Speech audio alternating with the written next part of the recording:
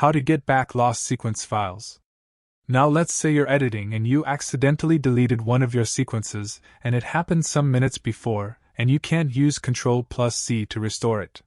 Premiere Pro automatically saves your project every few minutes. Just go to File and click Import. In the pop-up window, go to where you saved your project, and there's a folder named Adobe Premiere Pro Autosave. Open this project, and use Date Modified to arrange the files based on last modified date. Then select the first file in this list.